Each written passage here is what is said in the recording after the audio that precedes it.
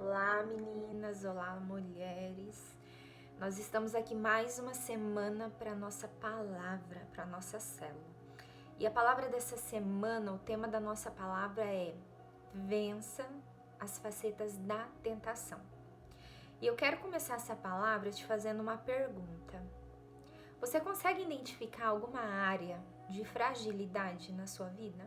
Alguma área de tentação? Pare e pensa. Qual área hoje Satanás talvez tenha pego você? Qual tentação você não tem conseguido resistir?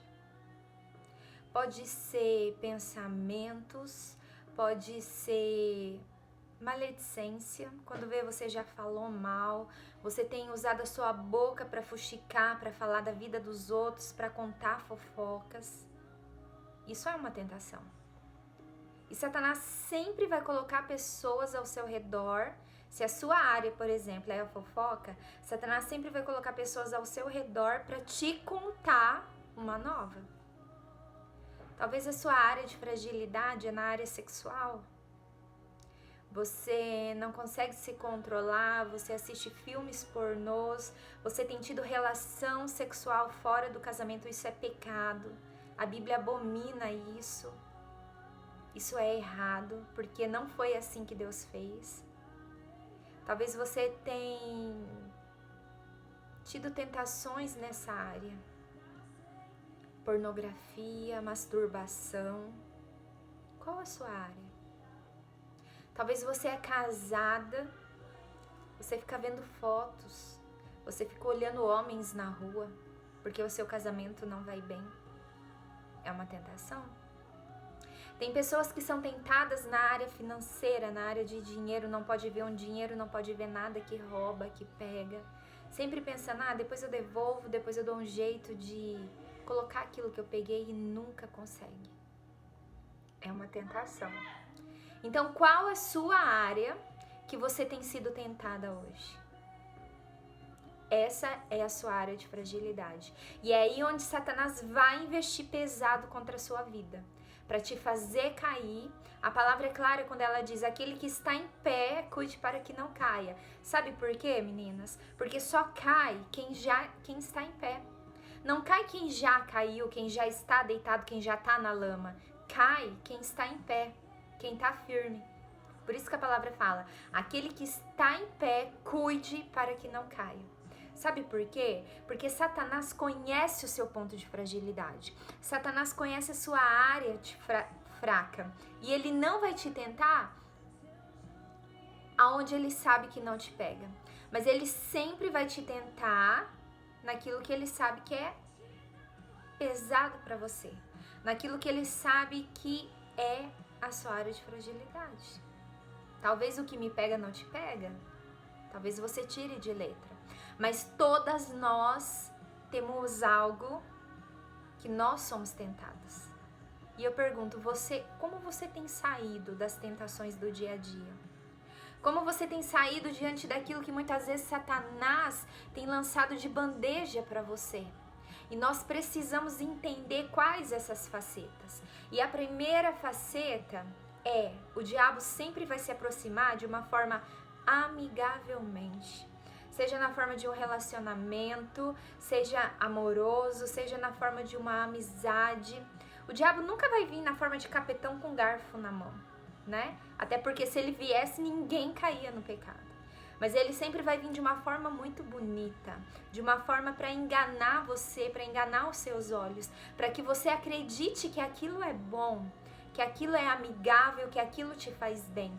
Mas o final é um final triste, é um final de morte, porque o pecado gera a morte.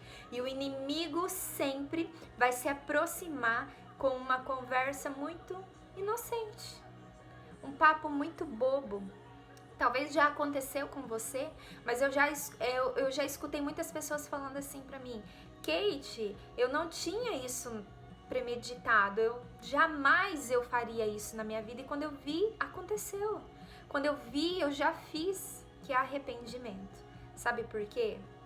Porque Satanás, ele é mentiroso. E ele sempre vai colocar um pacote bonito na sua frente, mas quando você abre aquele pacote, é carniça, é coisa podre que tem lá dentro, é o pecado. A segunda faceta é distorcendo a palavra de Deus. Eu quero estar lendo com você o texto de Gênesis 3, do 1 ao 6, que fala assim. Opa, acabei perdendo aqui.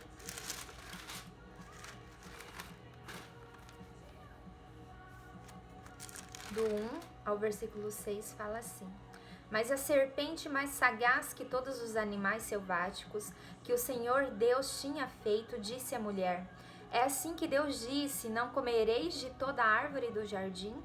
Respondeu-lhe a mulher: Do fruto das árvores do jardim podemos comer. Mas do fruto da árvore que está no meio do jardim, disse Deus, dela não comereis, nem tocareis, para que não morrais. Então a serpente disse à mulher: É certo que não morrereis, porque Deus sabe que no dia que dela comerdes, vos abrirão os vossos olhos, e vocês serão como Deus. Ou seja, Satanás, ele vai muitas vezes usar a palavra de Deus para distorcer na sua mente. Eu conheço pessoas que não conhecem a palavra de Deus, elas pegam um contexto bíblico, elas pegam uma frase e ali naquela frase, sem saber o que está falando antes e depois, elas tomam aquilo para elas. E elas criam doutrinas erradas, elas acreditam em coisas que a própria palavra não está dizendo. Mas por quê? Porque Satanás muitas vezes vai usar a palavra de Deus para distorcer na sua mente, para fazer você acreditar em uma mentira. Mas lembre-se, Satanás é o pai da mentira, o diabo é o pai da mentira, porque desde a fundação do mundo, desde a fundação dos tempos, ele é mentiroso. E essa é a arma que ele tem usado para envolver as pessoas, a mentira. Então, cuidado, porque Satanás ainda vai colocar pessoas que não conhecem e acham que conhecem a palavra para te fazer envolver naquilo, para você cair. Esse é a segunda faceta. A terceira faceta é vantagens no erro, né? Satanás, ele usou de mentira. A serpente, quando ela chega ali diante da mulher, ela usa de uma mentira, ela diz: mas se você comer, você vai ser igual a Deus. E Satanás nos propõe isso. Se você fizer, vai dar certo.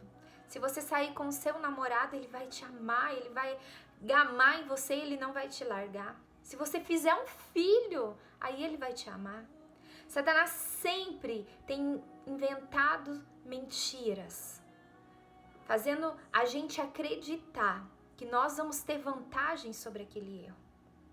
Talvez uma pessoa que acha uma bolsa de dinheiro na rua, nossa, foi Deus que te abençoou. Pega esse dinheiro para você, Deus sabia que você precisava quando você tem que devolver. Então Satanás, ele sempre usa vantagens no erro, mas erro é erro, pecado é pecado. E Deus é santo, por isso que Deus não tolera o pecado. Então se é erro, tira da sua vida. Não interessa as vantagens que você possa imaginar que isso vai te dar. O final é morte, é destruição. A quarta faceta do pecado. Pecado não tem consequência. Isso eu falo por mim, porque durante muito tempo da minha vida, o meu pecado era na mente. Eu pensava coisas que eu não deveria pensar. E eu sempre pensava assim, nossa, eu sabia que pecado tinha consequência. E eu sempre pensava assim, mas quais consequências vai vir sobre a minha vida? Eu não tô pecando, eu não tô fazendo, eu não tô contando nada pra ninguém que eu estou pensando. Ninguém sabe, só eu e Deus. Mas eu não tô fazendo nada de errado. E eu achava que aquilo não tinha consequências, e aquilo teve. Consequências terríveis, consequências amargas, que eu tive que lidar com todas elas. Porque todo pecado gera consequência. Se você está em algum erro, se você está fazendo algum pecado e Satanás está dizendo, não, vai mesmo, continua, o mundo é assim, não tem como parar, as coisas funcionam assim, não vai ter consequências, se tiver são pequenas, você vai passar, você vai vencer. Saia dessa mentira do diabo para a sua vida, saia desse engano. As consequências são consequências de morte, morte espiritual. Tá longe de Deus. E quando você morre espiritualmente, você não escuta o Pai. É como se você orasse, sua oração não passasse do teto. Você morre longe da presença de Deus. E a última faceta, o pecado é atraente. Como eu falei para vocês, o pecado nunca vai vir na forma do capeta com o garfo na mão. Por quê? Porque se viesse, você sabia que aquilo é caminho de morte. Mas ele vai vir na forma de um moço bonito, um moço cheiroso, na forma de algo que você vai achar e você tem que devolver e você vai achar que não. Ele sempre vai vir na forma para te fazer cair. De uma forma errada, para te enganar. Porque é isso que Satanás faz. Ele engana. Ele engana. O pecado, ele tem um aspecto atraente. Gente, se pecado fosse ruim, ninguém morria e ia pro inferno. Sabe por que as pessoas hoje têm morrido sem Deus? Têm perdido a salvação? Porque o pecado é bom. Porque o pecado é atraente. Porque o pecado, ele te promete algo bom. Ele te promete algo maior lá na frente que não existe. O final é final de morte. É um final de tristeza. É um final de choro. É um final longe da presença de Deus. E o texto de Mateus 26:41 fala assim: vigiai e orai para que não entreis em tentação. O espírito, na verdade, está pronto, mas a carne é fraca. Sabe como que você vai vencer essa área de fragilidade na sua vida? Sabe como que você vai vencer esse pecado que você tem lutado? Vigiando e orando. O que um vigia faz? Um vigia, um guarda noturno, ele guarda aquele lugar, ele anda de um lado para o outro, ele está atento. Por quê? Porque a qualquer menor sinal de um ladrão, de um invasor, ele vai chamar a polícia. Ele vai ter atitudes para que aquele lugar seja guardado. Esse é o papel do vigia. Quando Deus nos diz vigia, esteja atenta. Esteja atenta se você sabe que a sua área é sexual, cuidado com o que você vai assistir, cuidado com vídeos que você recebe. Quando você vai à noite assistir a TV, esteja com alguém, para que você não caia na tentação de ver algo. Se é no seu namoro, chame alguém para estar junto se você não consegue mais se controlar. Se você tem roubado, confesse o seu erro. Abandona, peça ajuda de alguém. Mas saia enquanto é tempo. Se o Senhor está falando com você hoje, é porque Ele sabe que existem áreas de fragilidade na sua vida e que Satanás tem atacado. Mas Deus quer te dar a vitória. Então vigie, esteja em alerta e ore. Peça para Deus, Deus, afasta de mim essa tentação. Não me deixa cair em tentação, mas me livra de todo mal. Peça ao Senhor. E quando Jesus nos alerta sobre a necessidade de vigiar, Deus está dizendo: tome cuidado com as artimanhas, com as mentiras de Satanás. Porque Satanás sempre vai te oferecer prazeres, mas são prazeres temporários. Ontem mesmo eu estava vendo uma moça que eu conheci e ela tinha um casamento assim lindo, uma história linda. E durante um tempo ela passou, um tempo pequeno, ela estava passando por problemas assim como todo mundo passa no seu casamento. E ela não resistiu aos encantos de um rapaz, ela trabalhava numa academia. E esse rapaz na academia, rapaz não, um senhor, e ela caiu, né? Ela se arrependeu, ela confessou, no mesmo momento ela confessou, o marido dela é um homem de Deus, ela é uma mulher de Deus. E só que acabou o casamento, acabou tudo e hoje ficou tristeza, né? Porque ela perdeu o amado dela, ela perdeu aquele presente precioso que Deus tinha dado para ela. Sabe por quê? Porque ela escolheu um prazer temporário. Ela escolheu algo que não era o que Deus tinha para ela, mas que no momento tirava o fôlego, no momento fazia ela pensar, ela ter sonhos, ela imaginar que aquilo era muito bom. E era tão bom que ela não conseguiu se controlar. Ela caiu. Então, minha amada, vigie, ore. Se preciso, busque ajuda de alguém. Me liga, fala comigo, eu tô aqui. Confesse o seu pecado. A palavra diz, enquanto eu ocultei os meus pecados, o meu corpo secou, os meus ossos secaram. Sabe o que isso quer dizer? Que enquanto você tá ocultando o seu pecado, ninguém tem que saber, já confessei para Deus. Você vai definhando. Porque quando nós confessamos as nossas culpas, quando nós confessamos os nossos pecados, nós somos curados. Mulheres curadas para curar outras mulheres. Então, qual pecado hoje está na sua vida que você precisa talvez trazer à tona, confessar, pedir perdão para Deus, talvez pedir perdão para alguém? Se coloca na presença de Deus nesse momento.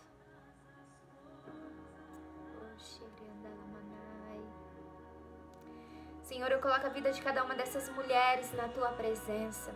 Espírito Santo de Deus, eu peço que o Senhor venha sobre cada coração, sobre cada mente, ajudando elas, Pai, na área de fragilidade, naquilo que tem pego o coração, a mente, a vida delas. Ajuda elas, Senhor, a resistir ao pecado, a ser vigilantes, a serem sábias, mulheres sábias que vão dizer não ao pecado, que vão dizer não a tudo aquilo que é temporário, que Satanás tem lançado muitas vezes de bandeja diante delas, para fazer com que elas caiam. Deus, em nome de Jesus, liberta cada uma, livra cada uma, Pai, e fortalece elas, para que elas permaneçam firmes e fiéis naquilo que o Senhor tem para a vida de cada uma delas. É que eu te peço, em nome de Jesus.